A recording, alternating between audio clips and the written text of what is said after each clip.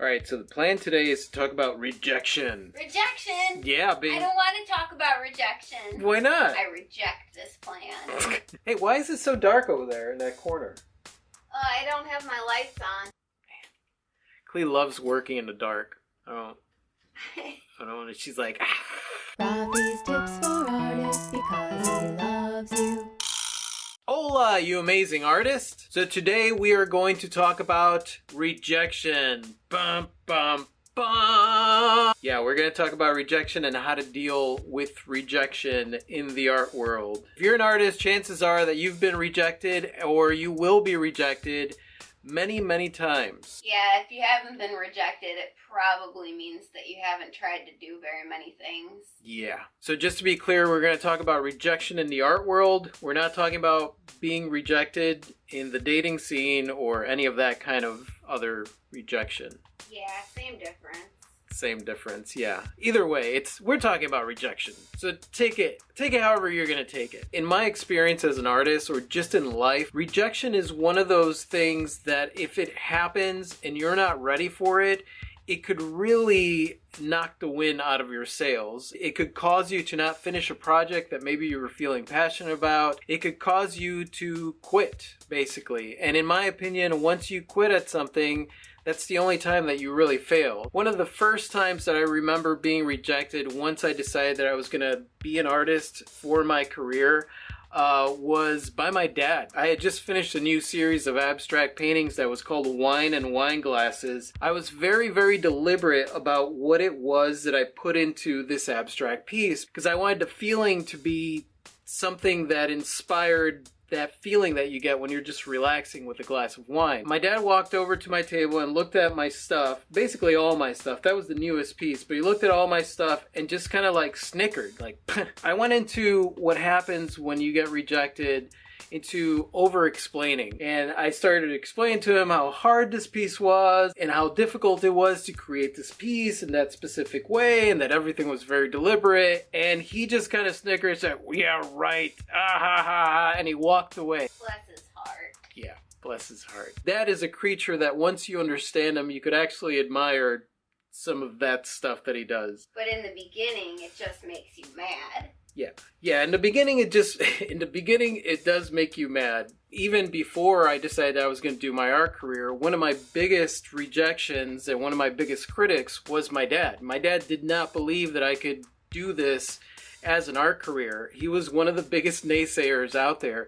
Even though I know that deep in his heart he wanted me to succeed, but I think he was too scared. And unfortunately with my family, the idea of like lifting somebody up and like inspiring them to move forward isn't really a thing. It's more along the lines of like knock you down and, you know, have you build some calluses to the real world. Me, since I was a sensitive kid, if somebody didn't believe in me or somebody snickered at something that I was doing or somebody rejected me, I took it to heart and it caused me to turn away from the thing that I wanted to do. The thing about rejection is that you take the rejection however it is that you take the rejection. Your perspective of what it means is what really, really matters when you're dealing with rejection. Problem with rejection knocking myself down back in the day or knocking somebody down or somebody even being afraid of facing rejection is the fact that you think that it's much more important than it really is. You might think that it's some kind of statement like the voice of God coming down and saying like, yes, your artwork sucks. The universe has weighed and measured your progress and found you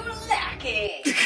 Yeah, you think that like what this person is saying, or if they're saying no to you, no, I don't want your artwork here, that means that your artwork is terrible or that you are terrible. And really it doesn't mean that. It just means that that person either A, doesn't get it, B, they don't like it, or C, they're just a mean person. What you do have control over is how you deal with the rejection and what it is that you tell yourself. The reason that rejection hits some people much harder than it hits other people is because of the narrative that's being told in your head. If you already have a narrative that you're not good enough or that your art sucks or that you'll never be able to do this, the moment that somebody rejects you for something, it's going to acknowledge that those things that you think about yourself are true. Whereas somebody who believes in their work or believes in themselves and understands that it's simply a perspective, like, I really love this piece, and if somebody rejects it, you don't take it personal. You understand it like, oh, this doesn't have anything to do with me. It has to do with them. They don't like the work. For whatever reason, maybe it's just not their style. Maybe they just don't get it. Maybe they don't want it around. I mean, I don't know what the reason is. Sometimes a person's just having a bad day. Yeah. I remember early on, there was a day I was showing my work, and this mother and daughter came into my little area, and the mom was like, do you like any of these pieces? And the girl was like, no. And I was like, oh. And it was because the teenage girl was having a teenage moment with her mom. Yeah, she didn't want to be there. Yeah, so she hated everything. It had nothing to do with your work. But I was like, you don't like my eulogy? Their taste, their style, where they are in their life at that moment. Maybe in that moment they're going through hard times. You have no idea why they're rejecting you. A lot of times rejection could be really, really constructive. Like, maybe that person will give you some tips. You know, maybe they'll say like, you know what, I love your stuff, but you need to work a little bit more on your form, or you need to work a little bit more on your color scheme or your shadows or something. Either way, it's still their opinion, but it's something that you could take a look at and see if maybe you can improve your craft. I am a big fan of improving your craft always. Even if there's an opportunity for you to approach something because of rejection, then you're taking that rejection and you're turning it into a plus. You don't think highly of yourself if you get criticized to feel like, oh man, they're finally on to me that I'm a fraud and a charlatan and a failure. Now everyone knows what I've known all along. Yep. Yeah. So it's really a matter of working on how you feel about yourself. Yeah. Yeah, that's it.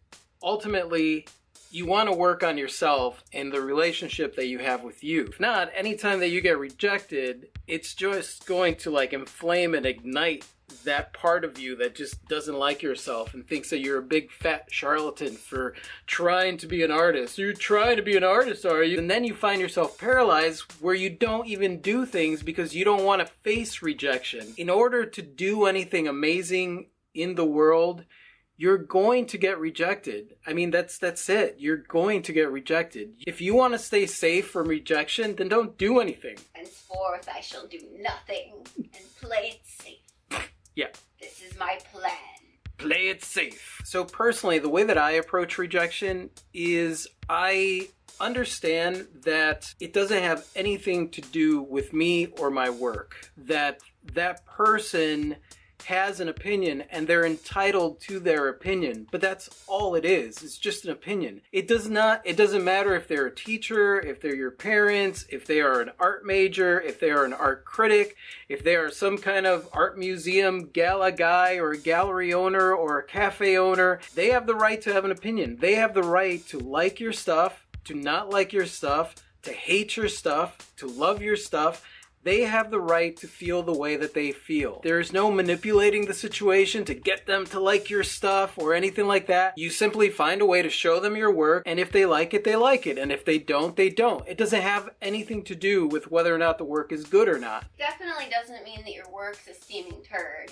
Yeah. You know, and that's the thing, like, you be honest with yourself about your work. If you feel that you need to improve a little bit on your work, keep improving. I mean, I've been doing this for a while now, and I am constantly looking at my pieces, thinking to myself, like, there's a way that I can improve this. There's a way that I can make this even better. I've also run into artists that when I look at their pieces, you know, there might be something that is obvious that needs room for improvement. I could tell sometimes that they are hurt because they feel like they're being rejected. And if they were confident in themselves and confident in their ability to learn and grow as an artist, they would look at that statement and say, okay, this is an area that I can improve in.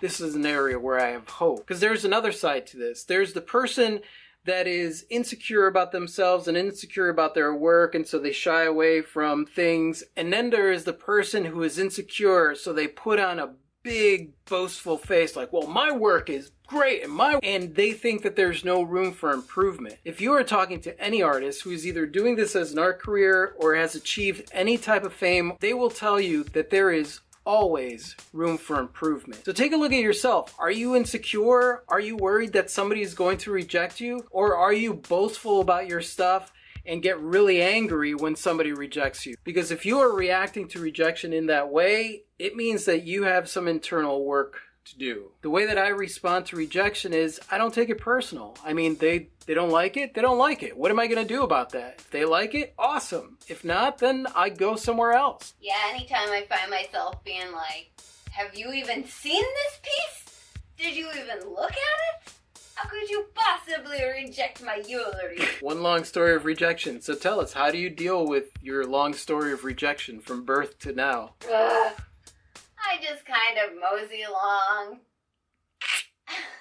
It's okay to be really proud of your pieces. There are some of my pieces that have been rejected that I'm like, are you blind? But I don't get angry about it. I'm just like, all right, they obviously don't like that. They want to hang some like paintings of ships and stuff in their house. Not my awesome painting. You said ships, right? Yeah. Not chips.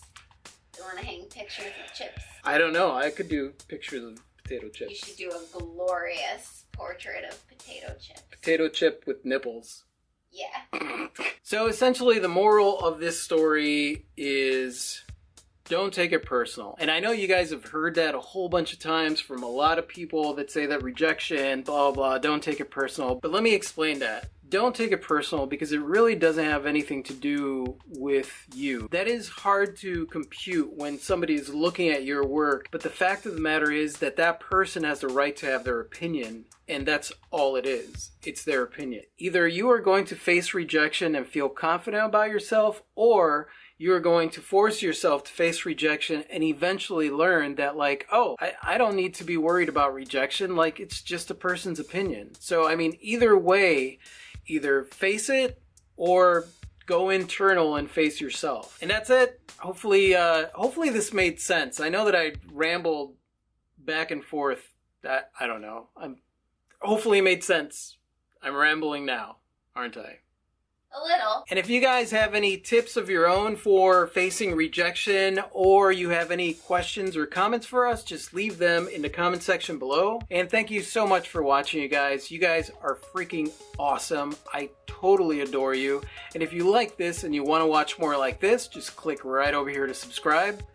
And that's it. Say goodbye, Klee. Good day. Adios.